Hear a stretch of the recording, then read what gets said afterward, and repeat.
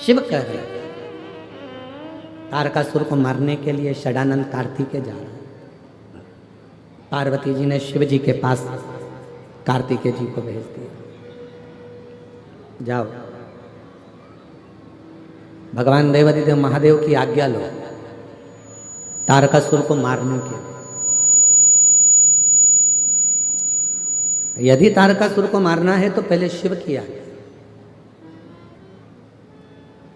शंकर का कोई भक्त है उस पर इल्जाम लगाना सरल है, गाली देना सरल है, उसको अपशब्द कहना सरल है, उसकी निंदा करना सरल है, उसकी बुराई करना सरल है। पर याद रखना शिव भक्त की तुम निंदा कर सकते हो, बुराई कर सकते हो, उसके लिए गलत गलत बोल सकते हो, पर वो शिव भक्त पलट कर जवाब नहीं देगा। उसका जवाब एक दिन ऐसा समय का चक्र घूमेगा कि वो महाकाल पछिट पछिट कर जवाब निकालवाएगा कि तूने क्या बोला और कैसे बोला। ये शरीर की हाथ की उंगलियां भी काम नहीं करेंगी, नेत्र काम नहीं करेगा, जिह्वा काम नहीं करेगी, श्रवण शक्ति काम नहीं करेगी, पाँव काम नहीं करेगी। बहुत किसी से मत डरो,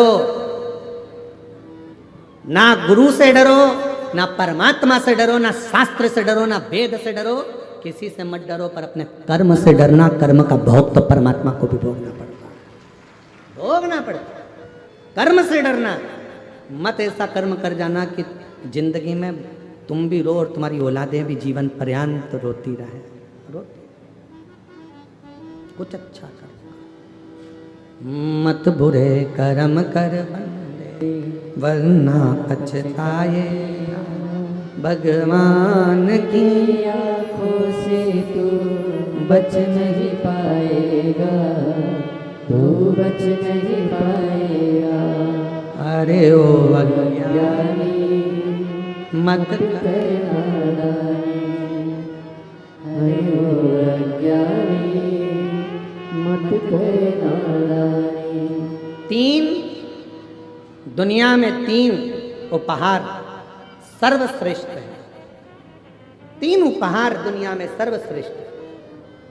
पहला जो भगवान ने आपको दिया, आपके चेहरे की प्रसन्नता। किसी को कुछ नहीं दे सकते और तुम्हारे पास देने के लिए कुछ भी नहीं है, तो अपने चेहरे की थोड़ी सी स्माइल, थोड़ी सी प्रसन्नता दे दीजिए। चेहरा खुश दिखेगा तो सामने वाले को अपने आप उपहार मिल गया, समझ लेना, सब कुछ मिल। तीन उपहार हैं जो दुनिया वाले को परमात्मा ने दिए हैं। पहले नंबर का आपके चेहरे की प्रसन्नता, वो केवल मनुष्य को दिए। मुस्कुरा लो, हंस लो। हमने पहले भी कथा में कहा था, हंस लो इन दांतों से खिल खिला के, नहीं तो एक दिन गिर जाएंगे हिल हिला के।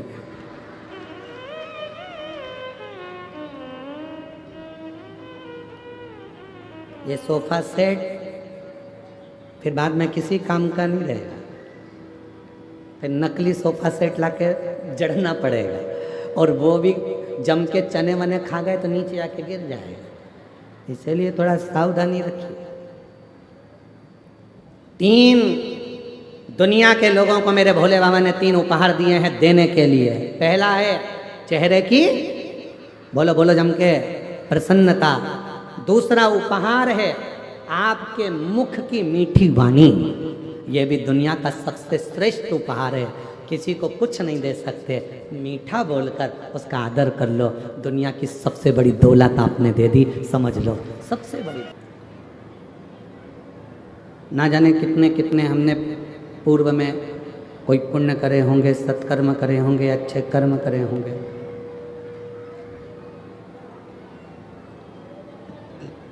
तब जाकर तो ये मानव की देह मिली।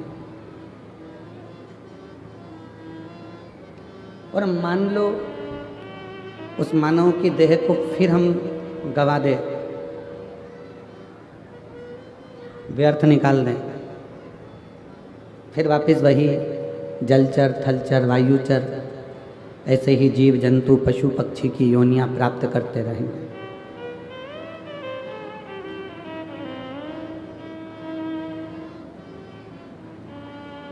33 कोटि देवताओं में केवल एक देव हैं, देवाधिदेव महादेव, भगवान शिव, त्रिकालदर्शी, कैलाशी, अविनाशी शंकर।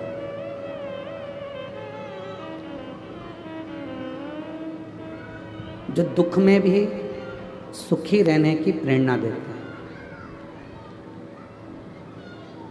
तकलीफ जिंदगी में कितनी भी रहे उसमें खुश रहने की प्रेरणा यदि कोई देते हैं तो वह देवाधिदेव महादेव देते हैं। कंठ में विष भरा हुआ है तो भी उनके चेहरे पर प्रसन्नता है।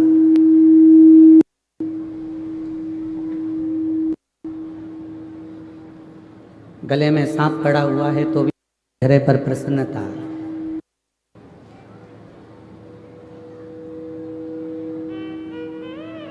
राधे तुम सेट करो थोड़ा।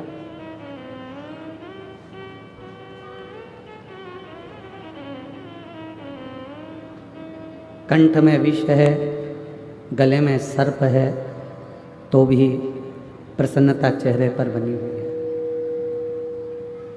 और यही प्रसन्नता आपकी जिंदगी में होना चाहिए।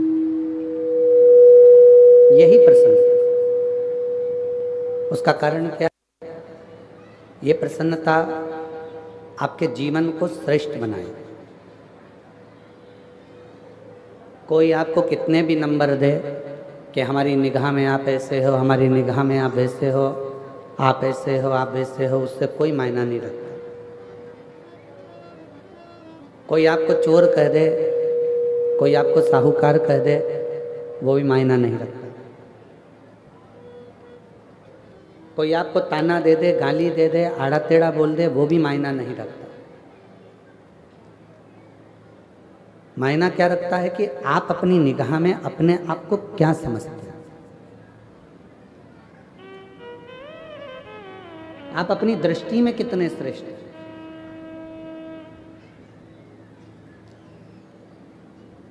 अच्छाई अपनी कंपनी का माल है,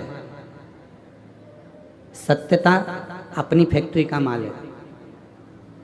यदि आपके दृष्टि में आप सत्य हो, आपकी दृष्टि में यदि आप अच्छे हो, तो दुनिया में कोई भी मिलेगा ना, वो आपको सत्य ही नजर आएगा और अच्छा ही नजर आएगा। उसमें आपको कोई बुरा दिखेगा ही।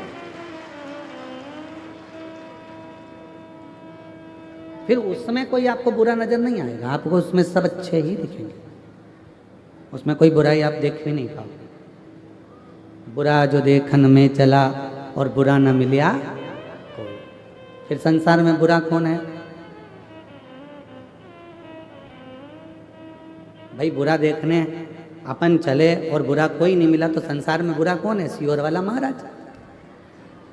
बुरा है कौन? हम बुरा देखेंगे तो हमको बुरा नजर आएगा, हम अच्छा देखेंगे तो हमको अच्छा नजर आएगा। हमने एक बात कच्चे की कथा में, जितेंद्र जी जायसवाल जी बैठे हैं, हमने कच्चे की कथा में एक बात कही थी आप लोगों को, आपके स्मरण में होगा। जितेंद्र जी, हमने वहाँ कहा था कि मोबाइल पर किसी की बुराई करना प्रारंभ कर दो तो ढेर सारे कमेंट्स आना प्रारंभ हो जाते हैं और ढेर सारे लोग कमेंट्स बुराइयों के करना चालू कर देते हैं। फिर हमने कच्चे की कथा में कहा था कि किसी की अच्छाई करना प्रारंभ कर दो, बड़ाई करना प्रारंभ कर दो तो मैसेज बहुत कम आएंगे, कमेंट्स बहुत कम आएंगे। ये दुनिया की रीति है बेटी, ये दुनिया की रीत है। अच्छा संसार का व्यक्ति पचा नहीं पाता, इसलिए उसका एक काम रहता है कि कोई निंदा कर दे, उस निंदा पर हमें कमेंट्स करना है, उस निंदा को और आगे बढ़ाना है, उस निंदा को लेकर हमें चार चांद लगाना है। निंदा कर कर कर, निंदा कर कर कर।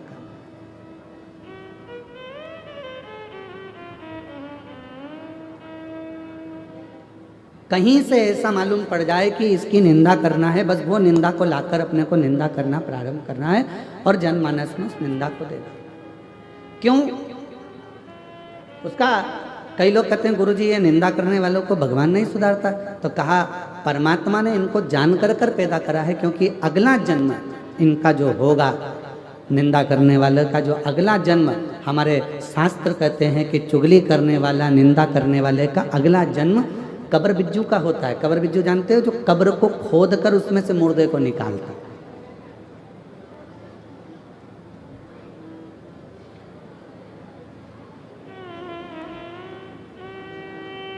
कोई श्रेष्ठ कर्म करा जाए। कभी अपनी जिंदगी में किसी की अच्छी बड़ाई करना प्रारंभ करो। कभी अपनी जिंदगी में, आपकी दृष्टि में यदि अच्छाई होगी आपको सब अच्छे नजर आएंगे, और आपकी दृष्टि में अगर बुराई भरी होगी तो पूरी जिंदगी आप बुराइयां ही ढूंढते रह जाओगे। चाहे अपने मोहल्ले में ढूंढोगे, मोहल्ले में बुराई ढूंढते ढूंढते थक जाओगे तो कॉलोनी में बुराइयां ढूंढोगे, परिवार में बुराइयां ढूंढोगे, परिवार में नहीं मिलेगी तो फिर सब दूर बुराइयां ढूंढते ढूंढते जब अपना गांव कम पड़ जाएगा तो दूसरे क्षेत्र में, दूसरे गांव में, दूसरे शहर में बुराइयां ढूंढना प्रारंभ करो। पर अच्छाई आपके पास में ग्रहण नहीं कर पाए। महाराज,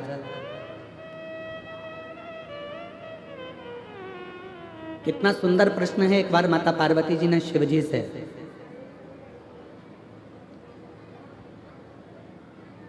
मां गंगा के घाट पर एक प्रश्न किया।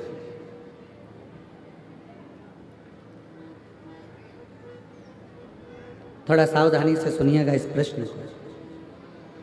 पार्वती जी भगवान शिव से एक प्रश्न कर रही हैं गंगा जी के घाट पर। बाबा, मेरे मन में थोड़ा सा संशय है, उस संशय को मिटा दीजिए।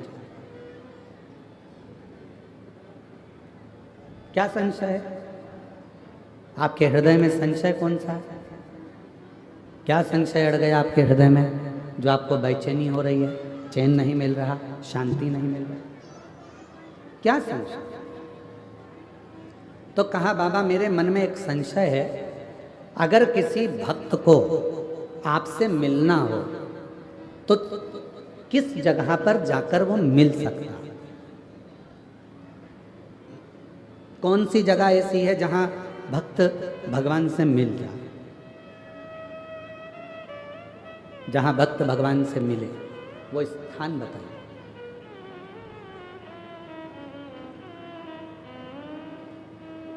जैसे अपन कहते हैं ना कि अगर आपसे मिलना हो तो आपका पर्सनल नंबर कौन सा है?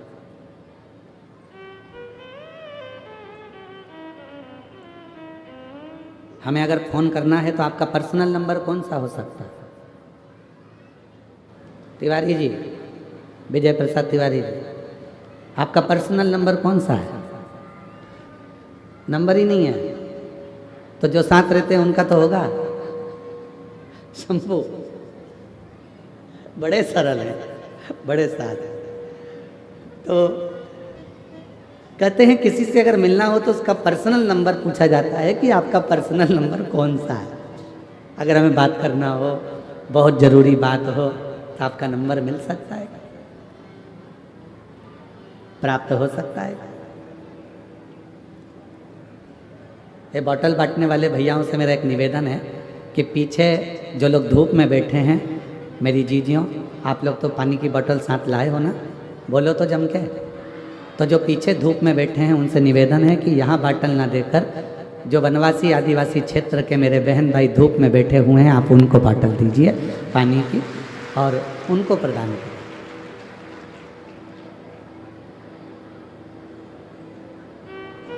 शिव कृपा करें, भगवान शंकर की कथा करें।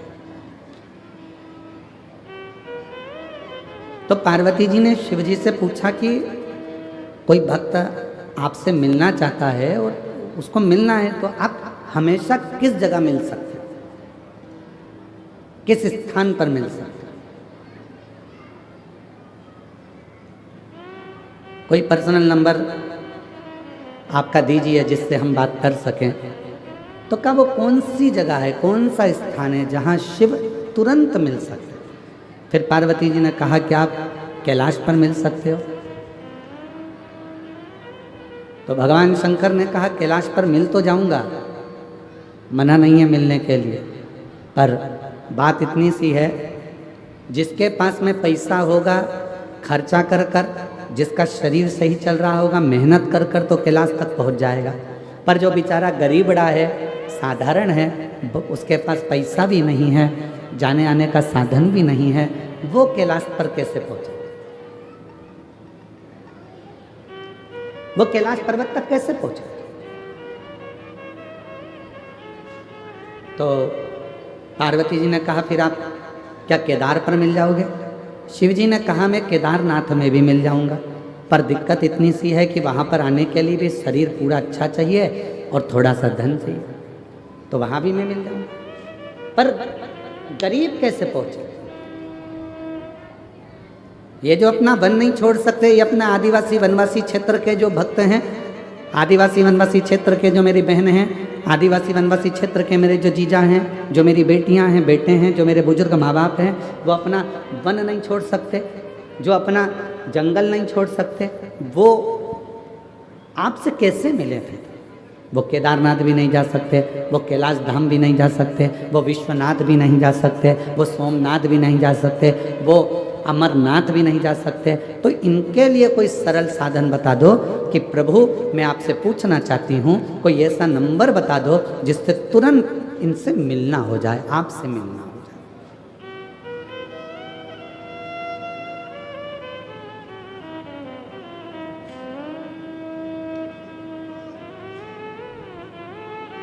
कोई ऐसा नंबर महाराज?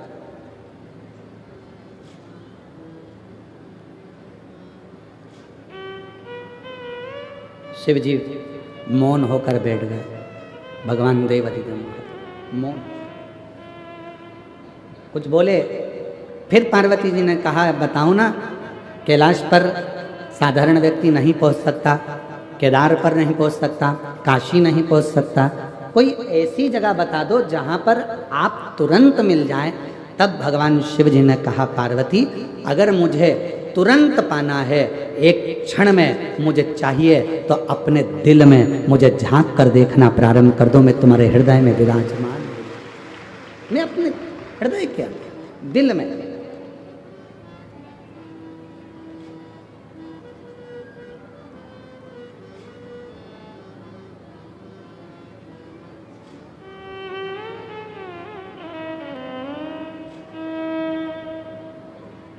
बस वही।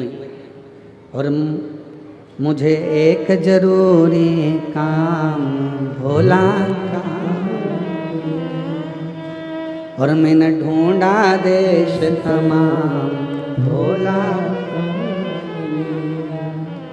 कहाँ मिलेगा, कहाँ मिलेगा, कहाँ मिलेगा, कहाँ मिलेंगे, कहाँ मिलेंगे, कहाँ मिलेंगे, मुझे एक जरूरी काम भोला का।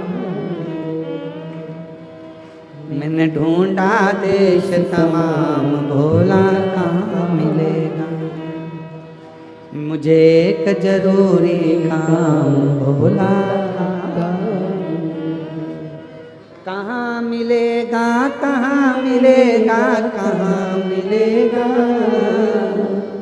कहाँ मिलेगा, कहाँ मिलेगा, कहाँ मिलेगा, मैंने ढूंढा देश तमाम भोला कहाँ मिलेगा, ओ मैंने ढूंढा देश तमाम भोला।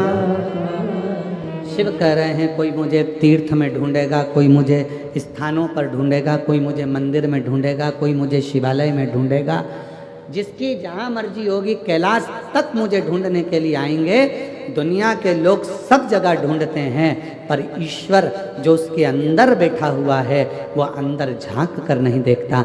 जिस दिन वो अंदर झांकेगा, अंदर झांकने के लिए, अपने भीतर खोजने के लिए क्या करना पड़ेगा? तो कहा किसी एकांत में बैठकर, कहीं एकांत में बैठकर जब आप शंकर के ओम नाद को करोगे तो वो भीतर से प्रकट होकर तुम्हारे सम्मुख में आकर खड़ा हो जाए, भीतर से।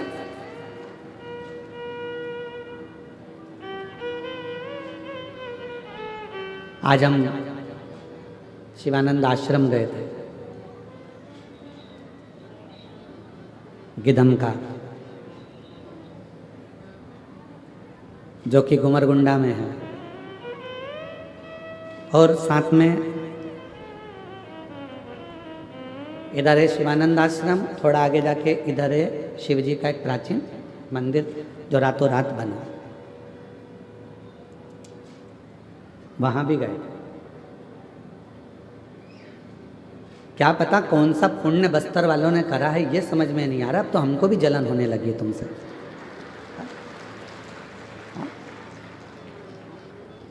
ना जाने कौन सा पुण्य करा, इतने सुंदर सुंदर शंकर के शिवलिंग, इतने सुंदर सुंदर मंदिर, और आश्चर्य है। अरे छत्तीसगढ़ वालों, यहाँ वहाँ जाना छोड़ो, गोवा की पार्टी और होटल जाना छोड़ो, और एक बार बस्तर के इस क्षेत्र में आकर भगवान शिव के शिवलिंग का दर्शन।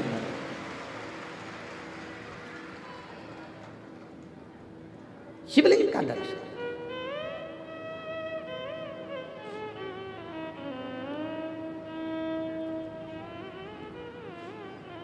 शिवानंद आश्रम में गए, बाबा भोलेनाथ जी का दर्शन किया, पूजन करी, अर्चना करी, दर्शन किया। आश्रम की मिट्टी में बैठकर अगर 2 मिनट भी कोई वहाँ पर तप में, साधना में, समाधि में लग जाए। मैं विशुद्धानंद महाराज स्वामी को प्रणाम करता हूँ। महाराज जी अगर उस भूमि पर अगर कोई सच्चा संत अगर बैठ जाए ना, तो 2-4 दिन तो उठना मुश्किल है महाराज, 2-4 दिन तक उठ नहीं सकता, ये पक्का। दिल लूट लिया वो भूमि ने जहां पर संत इतनी साधना, संत साधना। और अगर महाराज जी सरकार अगर परमिशन देगी, कभी योग लग गया तो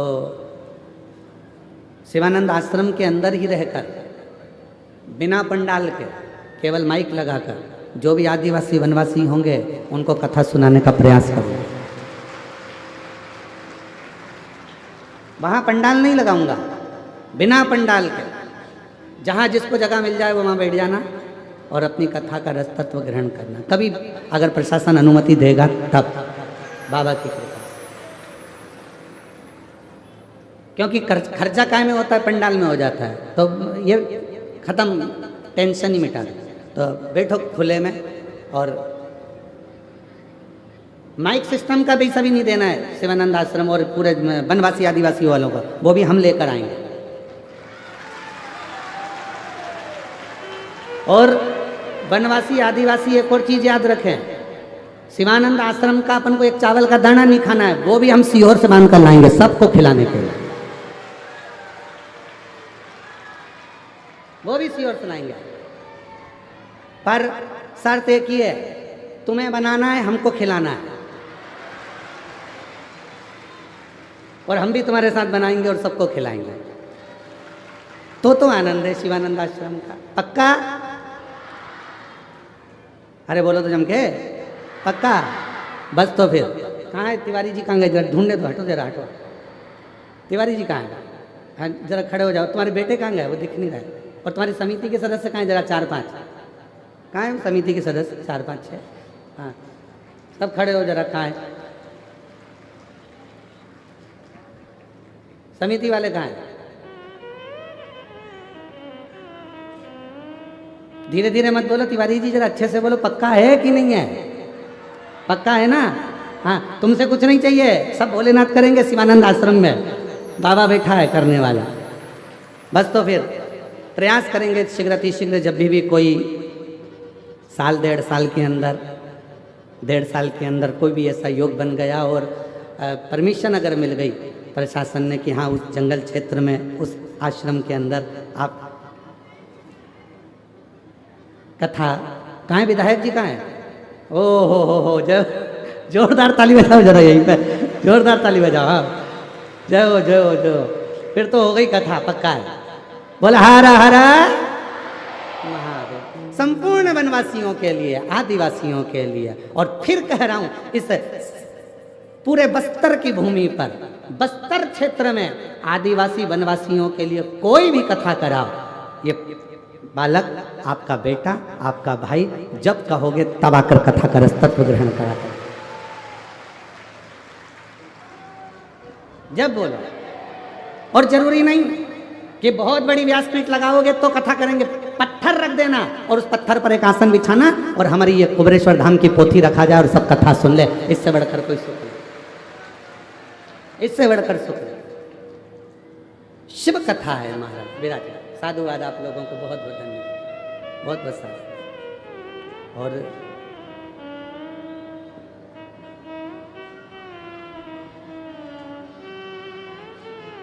महाराज भगवान देव अधिदेव महादेव से मिलने का एक सुख यही शिव तत्व है, मिलने का सुख। बाबा देव अधिदेव महादेव से कितना सुंदर, आप जाकर दर्शन करिए।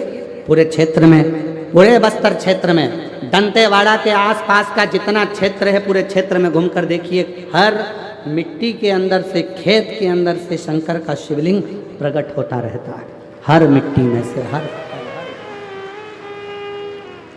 महाराज ये मेरे देव अधिदेव महादेव, मेरे भगवान शंकर की उदारता, शिव की कृपा।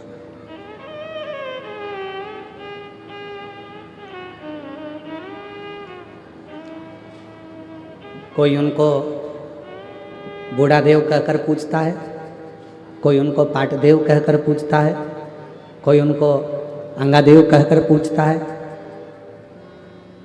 जिसकी जो मर्जी होती है। कोई उनको भैरम देव कहकर पूछता है, कोई उनको भंगाराम कहकर पूछता है, कोई उनको बूढ़ा देव कहकर पूछता है। जिसकी जो मर्जी हो, भगवान देवाधिदेव महादेव को वो उस रूप में पूछता है, उस रूप। बस आपका विश्वास, आपकी दृढ़ता और आपकी भक्ति शिव के करीब में जाए, ये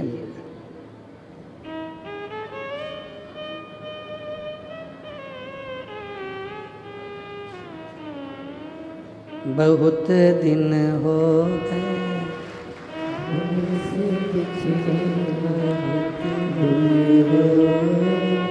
भोले से बाबा देवाधिदेव महादेव, भगवान शिव घरदानी त्रिकालदर्शी कैलाशी अविनाशी शंकर, भगवान शिव की पवित्र कथा कर रहे। पार्वती, दुनिया के लोग मुझे केदार में ढूंढेंगे, दुनिया के लोग मुझे कैलाश पर ढूंढेंगे, पर अपने भीतर नहीं ढूंढेंगे। और भीतर ढूंढने का फल क्या है? तारकासुर की कथा कहते हैं। ब्रह्मा जी ने वर मांगने को कहा तारकासुर से कि तू वर मांग ले, और तारकासुर वर मांगता है कि अगर मेरे प्राण छूटे तो शिव जी के पुत्र के द्वारा छूटे।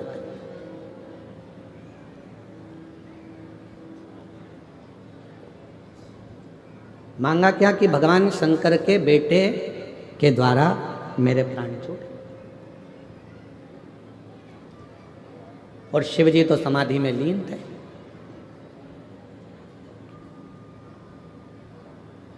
क्यों? क्योंकि सती माता ने अपने प्राणों को त्याग दिया था।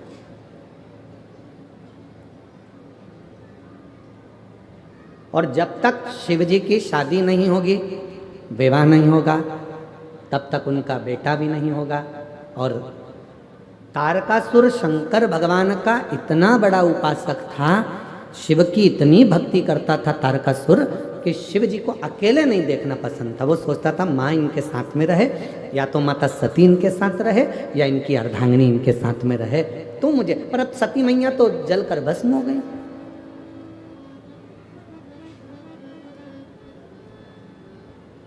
और माता सती जब जलकर भस्म हो गई हैं तो शिव अकेले रहे तो ये मुझे पसंद नहीं।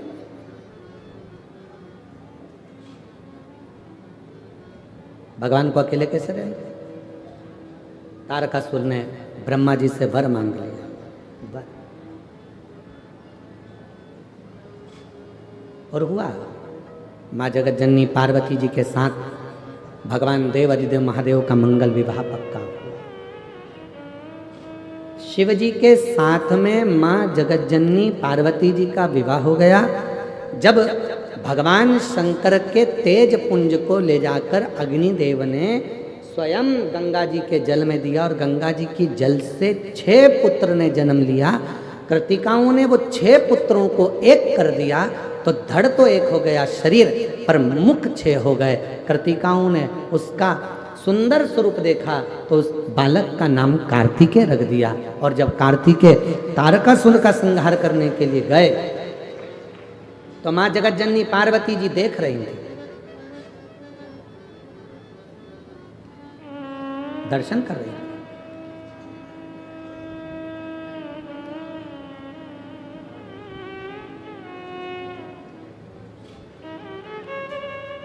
रोका कार्तिकेय को, रुको जरा कार्तिकेय।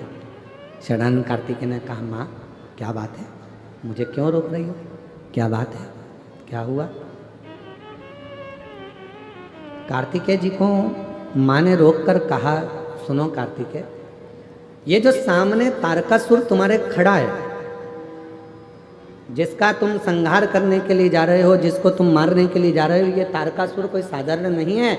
इसके हृदय में शिव ऐसा बसा हुआ है, इनके हृदय में शंकर ऐसे बसे हुए हैं कि इसके एक एक रोमावली में शिव समाये हुए हैं। इसलिए इस तारकासुर का संहार करने से पहले तुम्हें शिव की आज्ञा लेना होगा। बिना शिव की आज्ञा के आप नहीं संहार कर सकते।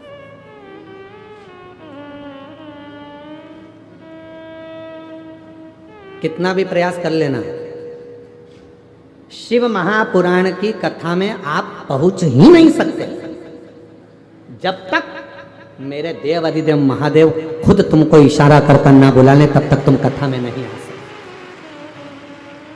आप नहीं पहुंच पाएगा।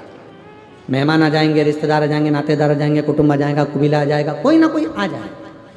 हम बड़े प्रसन्न होते हैं। अभी जैसे कच्चे वाले जितेंद्र जायसवाल जी आ गए, खंडेलवाल जी आ गए, वो बालोद वाली नगर पालिका अध्यक्ष हैं प्रतिभा जी, वो भी आई हुई हैं। ऐसे जब ये लोग कथा के अंतर्गत जब पहुंचते हैं तो हम लोगों को साधुवाद देते हैं कि कहीं ना कहीं शिव जी की आप पर बड़ी करुणा है, जो आप प्रत्येक कथा में बाबा के शरणागति में पहुंचकर दर्शन लाभ ले लेते हो और वहाँ की मिट्टी को अपने मस्तक चढ़ा लेते हो। ये कृपा है शिव जी की। और केवल यही नहीं, श्री विजय प्रसाद तिवारी जी भी एक कथा नहीं, कम से कम 2-3 कथाओं में विजय प्रसाद तिवारी जी भी लगभग पहुँचे और कथाओं में पहुंचकर वहाँ पर प्रणाम करा, नमन करा और जाते रहे। और साथ में उनके सुपुत्र भी आते रहे, वो भी आते रहे। महाराज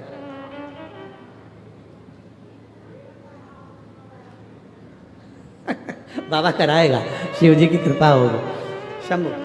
तो ये भी आते रहे। तो जब तक उसकी कृपा ना हो, जब तक वो करुणा ना करे, जब तक वो दया ना करे, तब तक दुनिया का कोई व्यक्ति शिव महापुराण की कथा में पहुंच ही नहीं सकता। सभी कथाओं में जाना सरल है। श्रीमद् भागवत कथा में पहुंच जाओगे, श्री रामचरितमानस में पहुंच जाओगे, गीता जी में पहुंच जाओगे, विष्णु पुराण में पहुंच जाओगे, नर्मदा पुराण में पहुंच जाओगे, अग्नि पुराण में पहुंच जाओगे, लिंग पुराण में पहुंच जाओगे, नारद पुराण में पहुंच जाओगे, भविष्य पुराण में पहुंच जाओगे, नरसिंह पुराण में पहुंच जाओगे, नारद पुराण आदि पद्म पुराण, जितनी पुराणे हैं सारी पुराण में जाना सरल है और शिव महापुराण में जाना कठिन है। क्यों?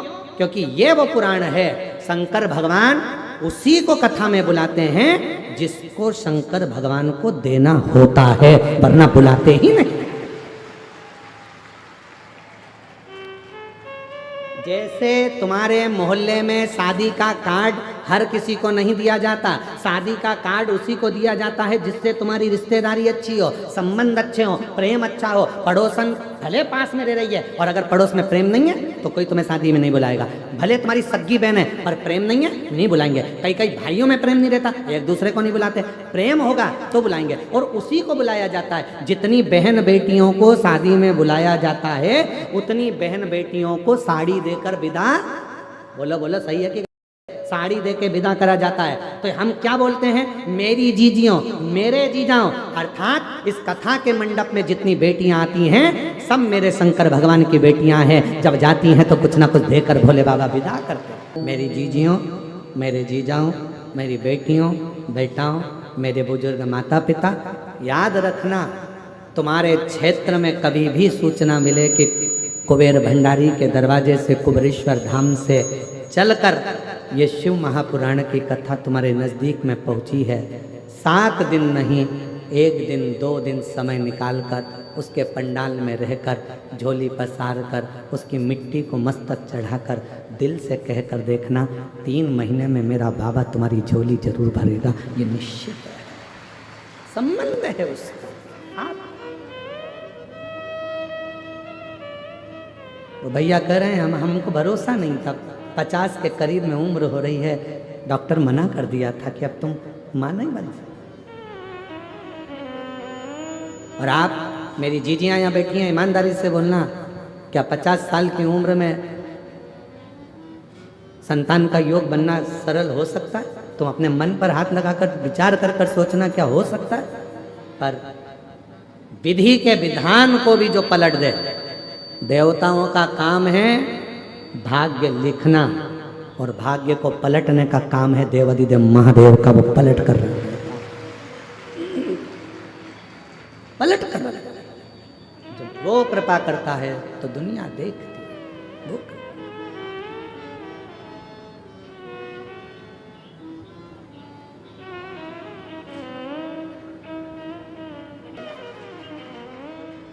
अभी अभी तुम यहां बैठे हो, जरा सा टेढ़ा आड़ा बोल के देखो, हट, गुस्से में तुमने अपशब्द कर दिया, गाली दे दी, आड़ा टेढ़ा कर दिया।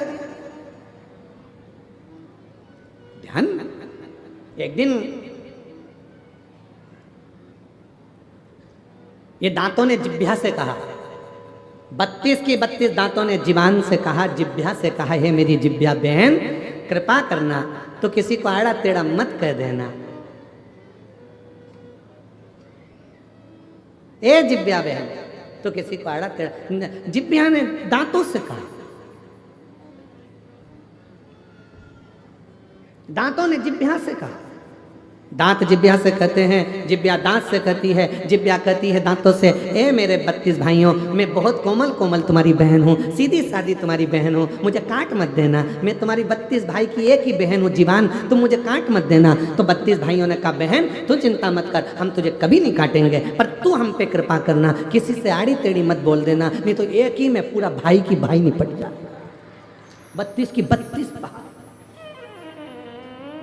तू कृपा कर, तू दया।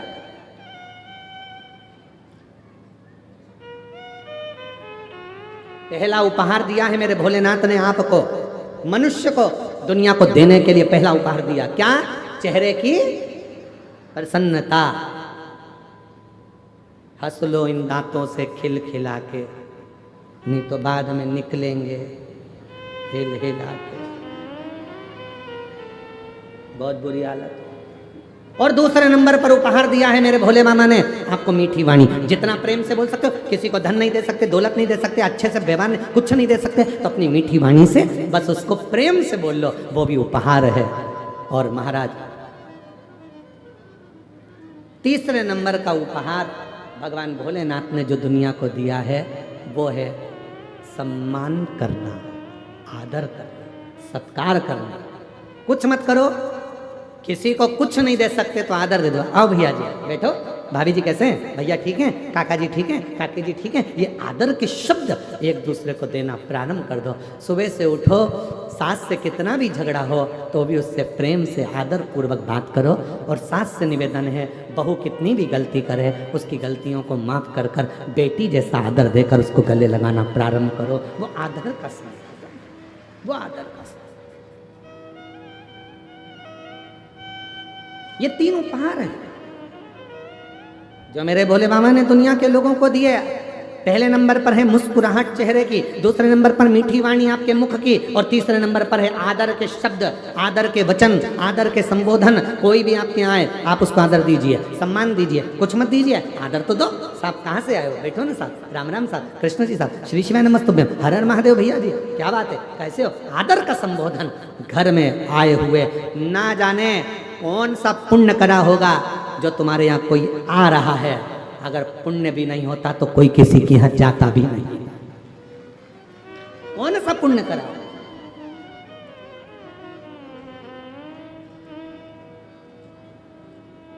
कल जब तिवारी जी के बेटे श्री अभिलाष जी कल जब आए थे शाम को, तो कोई मिलने आए थे, तो उनके साथ में वो बोल रहे थे, अभिलाष जी के साथ जो आए थे वो बोल रहे थे कि गुरुजी हमने हमारी ज़िंदगी में बस्तर क्षेत्र में इतनी भीड़ और इतने श्रोता, वो भी वनवासी और आदिवासी कभी नहीं देखे जो एक जगह पर इकट्ठे होकर इस कथा का तत्व ग्रहण। हमने अपने जीवन क्या दिया आपने? हमने अभिलाष तिवारी जी से कहा कि देखो ये तो आप लोगों का प्रेम है, आप किसी को आदर दे रहे हैं, आदर मिल रहा है, सम्मान दे रहे हैं, सम्मान मिल रहा है, सत्कार दे रहे हैं, सत्कार मिल रहा है, ये प्रेम है जो लुटाया जाए। ये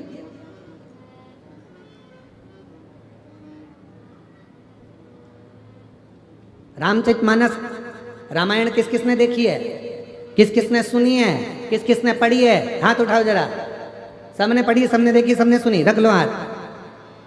रामायण में, रामचरितमानस में पढ़ा होगा, सुना होगा, देखा होगा। जितने भी उस रामचरितमानस में मिले, जितने भी पात्र थे, सबको रोते हुए देखा होगा। दशरथ जी भी रोए थे अपने पुत्र के वियोग में, कौशल्या मैया, कैकेयी मैया, सुमित्रा जी भी रोई थी दशरथ के वियोग में, भरत जी रोए राम जी के वियोग में, राम जी रोए अपनी मैया और पिता के वियोग में, माँ जानकी जी भी रोई, जनक जी रोए अपनी बेटी की दशा देखकर, केवट निषाद राज रोए, यहाँ तक गिद्धराज जटायु भी रोए, यहाँ तक लंका का राजा रावण अपनी औलाद के लिए रोया, मंदोदरी भी रोई। जितने पात्र थे रामचरितमानस के, सब रोते हुए दिखे। केवल एक पात्र था रामचरितमानस का, जो थे श्री हनुमान जी महाराज, वो कभी रोते हुए नहीं दिखे। जिनकी आंखों में कभी आंसू नहीं दिखे, जिनने कभी रोया नहीं, उनकी आंख से आंसू बहा नहीं। एक बार लक्ष्मण जी के मन में यह बात आ गई कि मैं रोया, आप रोए, भरत रोए, शत्रुघ्न रोए, माँ जानकी जी रोई, माता कौशल्या, कैकेयी, सुमित्रा रोई, केवट रोए, दशरथ जी रोए, जनक जी रोए, सुमंत्र जी रोए, जितने भी सभासद थे, सब गुरु की आंख में आंसू था। पर यह हनुमान क्यों नहीं रोते हैं? तब राम जी ने कहा, यह हनुमान नहीं है, यह शिव का स्वरूप है। और शंकर कैसी भी परिस्थिति हो, हर परिस्थिति में मुस्कुराना जानते हैं, वो शिव है। और संसार का सबसे बड़ा गुण तत्व यही है, हर परिस्थिति में आप मुस्कुराइए। दुख आएगा, मनुष्य का शरीर है, ऐसा कौन है व्यक्ति जिसकी जिंदगी में दुख नहीं आया?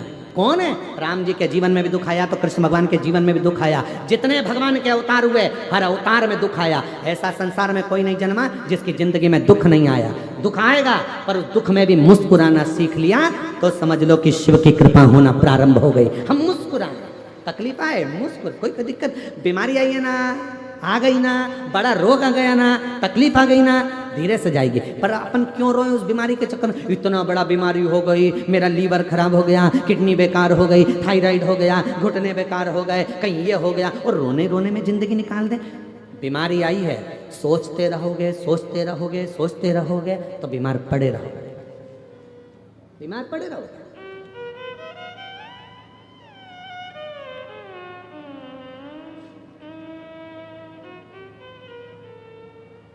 एक बात हम आपको कभी नहीं बोले, आज हम बोलना चाहेंगे।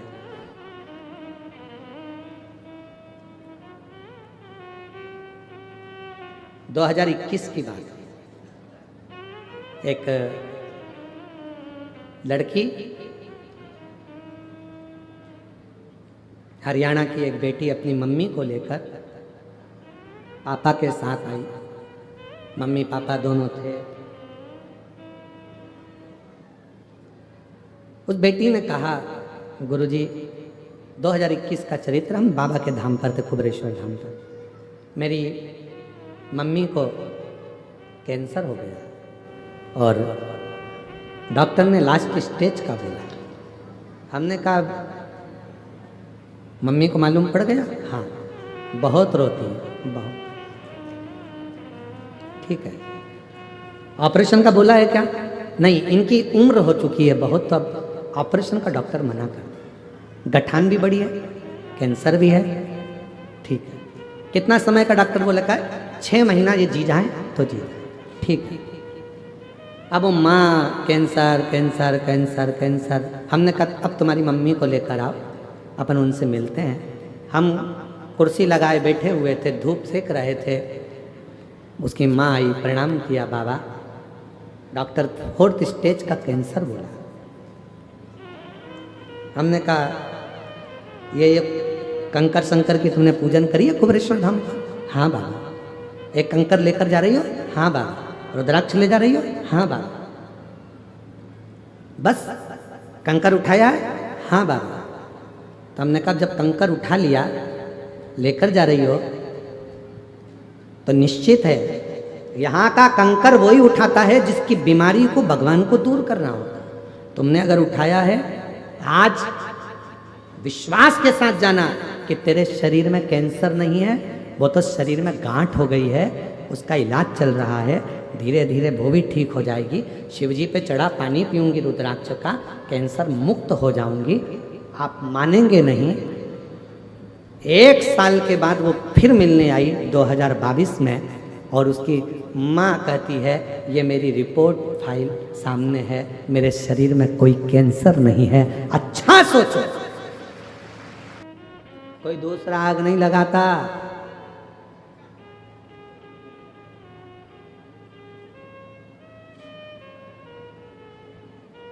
कल कोई कह रहा था गुरुजी आजकल तो ठंड भी नहीं पड़ रही है। हमने कहा आग लगाने वाले इतने हो गए, काहे की ठंड पड़े?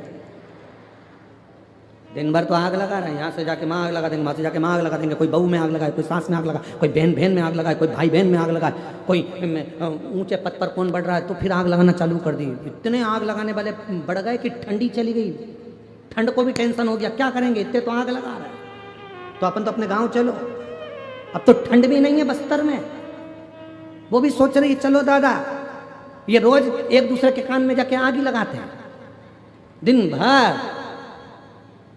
ठंड को भी डिप्रेशन हो गया, वो भी रुक रुक के आती है, कभी कभी 1-2 दिन के लिए आती है, फिर चली जाती है, क्योंकि देखती है आग लगाने वाले कम हुए हो तो लगा जाऊं ठंड, उसको भी चिंता।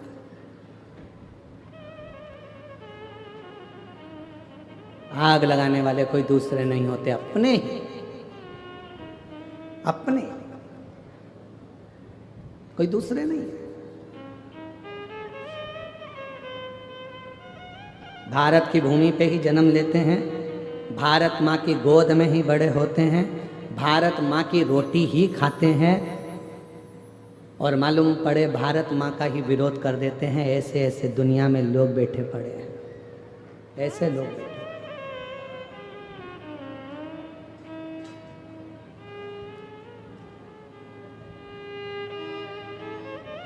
इसमें के लोग बैठे हैं।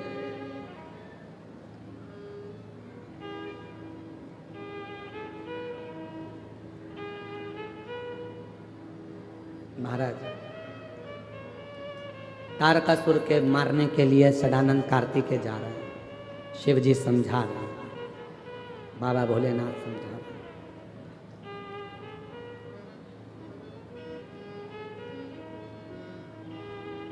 कितना सुंदर कहा है, जिस भूमि का खा रहे हो, जिस भूमि पर जन्म लिए हो, जिस भूमि का खा रहे हो, जिस भारत माँ की गोद में पैदा हुए, जिस भारत माँ का अन्न खा रहे हो, उसको लज्जित मत होने, उसको लज्जित मत होने।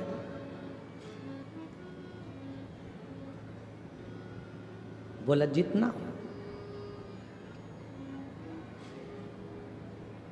पर ऐसे ना जाने कितने विधर्मी पड़े हुए हैं, कितने जो भारत माँ को ही चोट पहुंचाने में लगे हुए। भारत माँ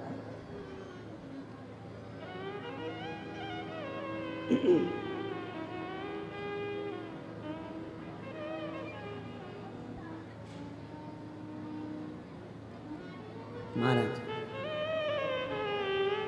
तारका सुर को मारने के लिए सदानंद जा रहे हो, पर एक बात का ध्यान रखना, उसके हृदय में शिव बसे, शंकर बसे, और जिसके दिल में शिव बसा हो उसको कष्ट ना दे, उसको तकलीफ ना दे। उसका जवाब स्वयं देवाधिदेव महादेव देते हैं।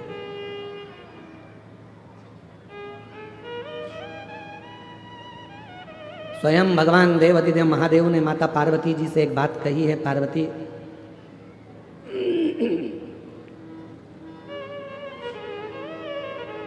ये जो तुमरुका जी ने शिव महापुराण की कथा को कहा है, और चंचुला अपने पति की मुक्ति के लिए ये कथा जो सुन रही है,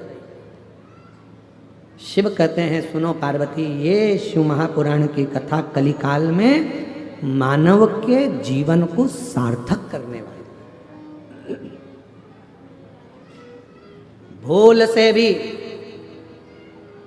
किसी का मन अगर शिव महापुराण में नहीं भी लगे और भूल से भी अगर वो कथा के पंडाल तक पहुंच जाता है या कथा को सुन लेता है कहीं पर भी बैठकर, शिव कहते हैं उस पर मेरी दृष्टि पड़ जाती है और उसका उद्धार मैं कर देता हूं।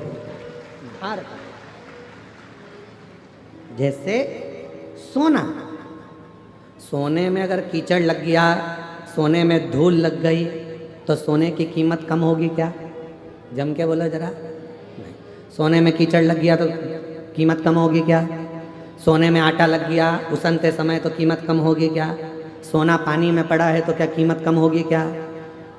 सोने की कीमत उतनी की उतनी ही रहेगी जितनी उसकी है, चाहे वो कीचड़ में हो, चाहे मिट्टी में हो, पानी में हो, चाहे कहीं पर भी हो। उसी तरह शिव महापुराण की कथा चाहे तुम्हारा दिल लगे चाहे ना लगे, अगर तुम शिव पुराण की कथा में पहुंच गए हो, समझ लेना शिव की दृष्टि तुम्हारे पर पड़ना प्रारंभ हो गई और तुम कीमत वाले।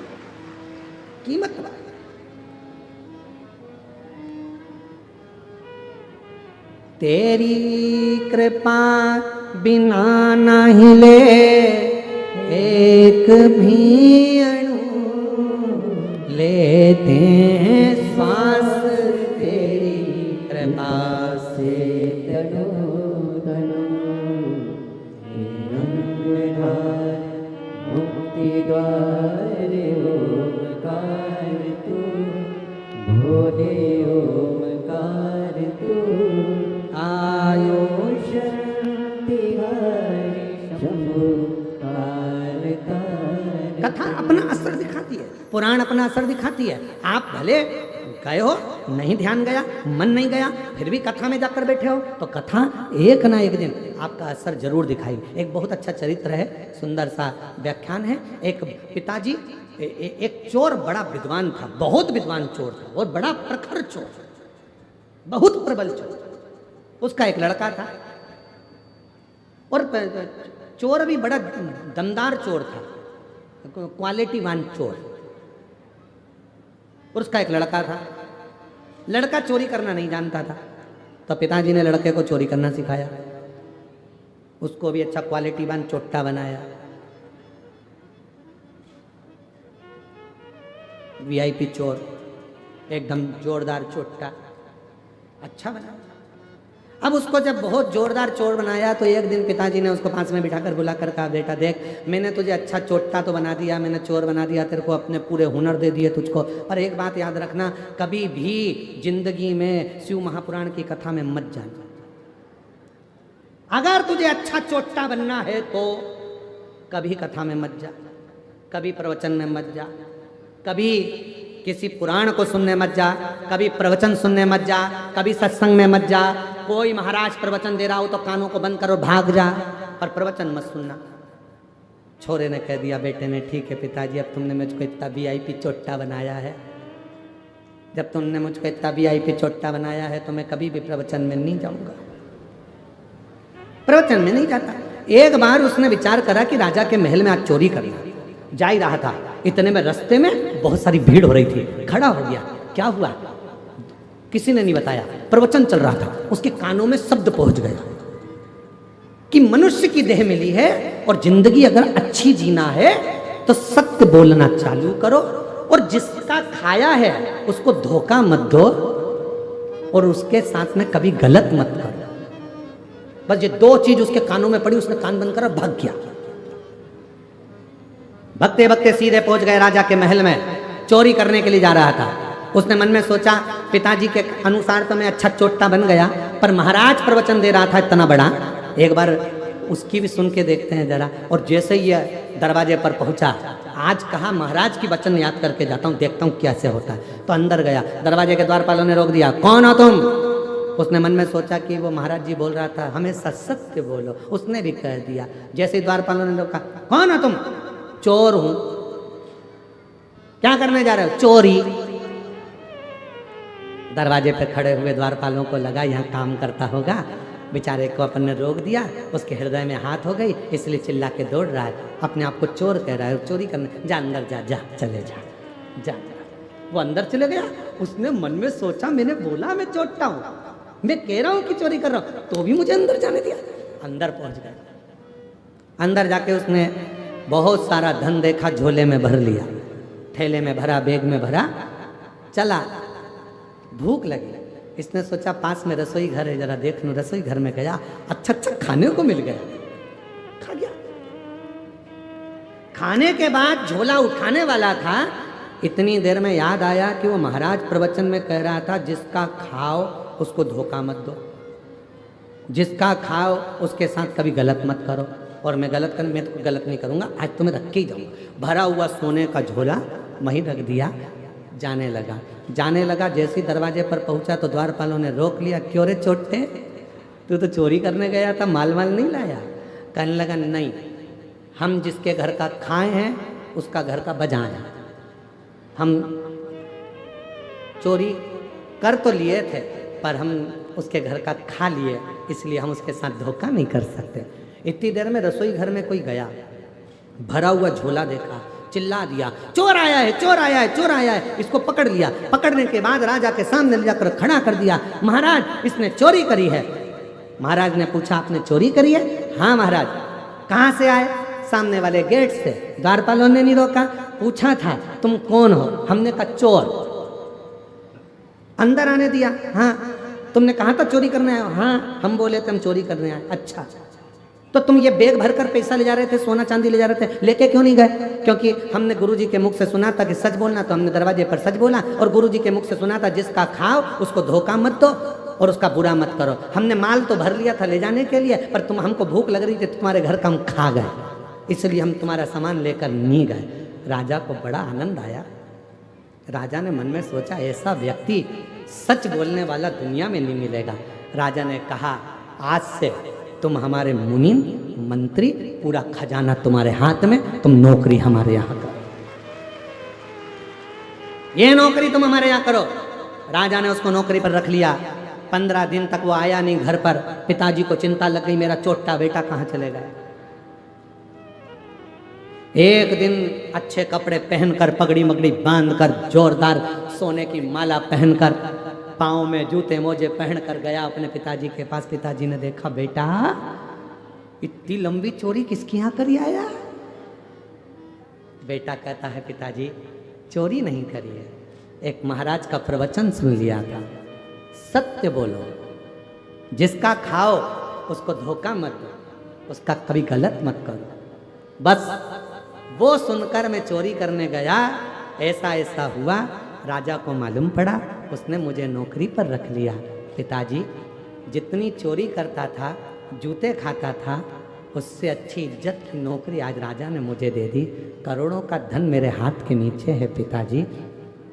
केवल थोड़ी सी देर की शिव पुराण की कथा सुन ली थी, जिससे आज मैं राजा का मुनीम बन गया। यदि पूरी कथा सुन लेता तो शायद राजा ही बनकर बैठ जाता। ये कथा,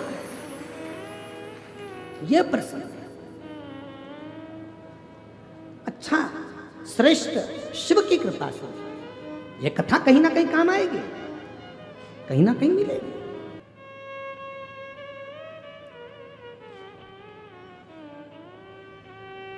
बाबा देवाधिदेव महादेव की पवित्र कथा कह रहे, शिव महापुराण की कथा वर्णन करती है।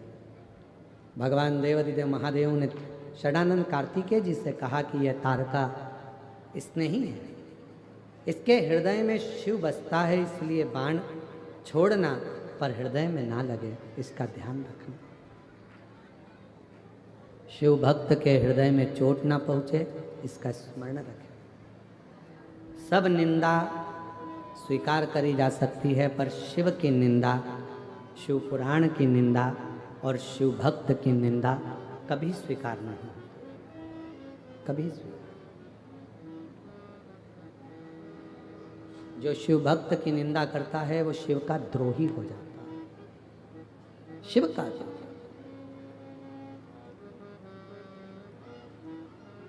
तारकासुर के प्राणों को भगवान षडानंद कार्तिकेय जी ने हर लिया।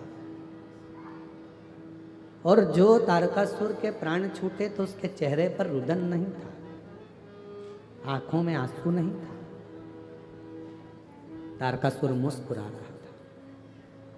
कारण, तारकासुर के मुस्कुराने का कारण केवल इतना था कि मैंने जो मांगा था कि अगर मरते समय शिव मेरे सामने ना हो तो कम से कम शिव पुत्र मेरे सामने, और वो आज सिद्ध हो गया।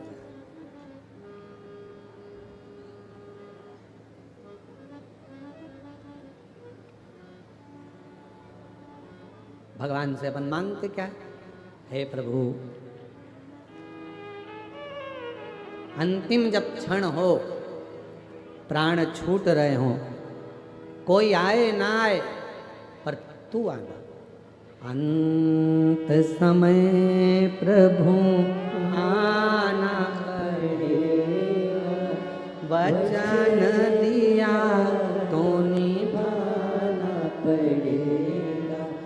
आए ना आए प्रभु कुटुंब कबीरा, अंत समय प्रभु आना पड़ेगा, वचन दिया तो निभाना पड़ेगा। अंत समय प्रभु आना पड़ेगा। कोई आए ना आए, कोई निभाए ना निभाए, पर अंत समय में मेरा शिव जरूर आए, शंकर जरूर। उसका इंतजार करिए, प्रतीक्षा करिए।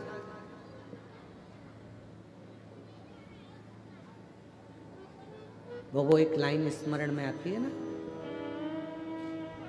जब कोई नहीं आता भोलेनाथ आता है, जब कोई नहीं आता भोलेनाथ आता है, मेरे दुख के दिनों में वो बड़ा काम आता है। कोई नहीं आएगा, प्राण छूटेंगे, मरोगे, अंतिम समय होगा, सारे घर के लोग कंधे पर उठाकर ले जाकर शमशान में छोड़ जाएंगे। शमशान में कौन रहता है? शिव।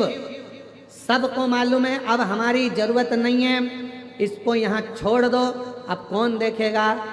बोलो जम के, देव अधिदेव महादेव। परिवार वाले शमशान में छोड़ देंगे, आग लगाएंगे, चले जाएंगे।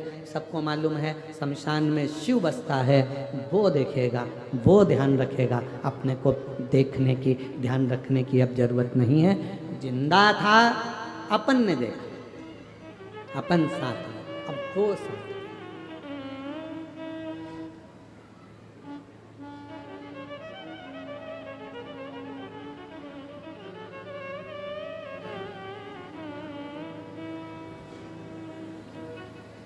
महाराज, उसका साथ हमारे जीवन को सुख प्रदान करता है। जैसे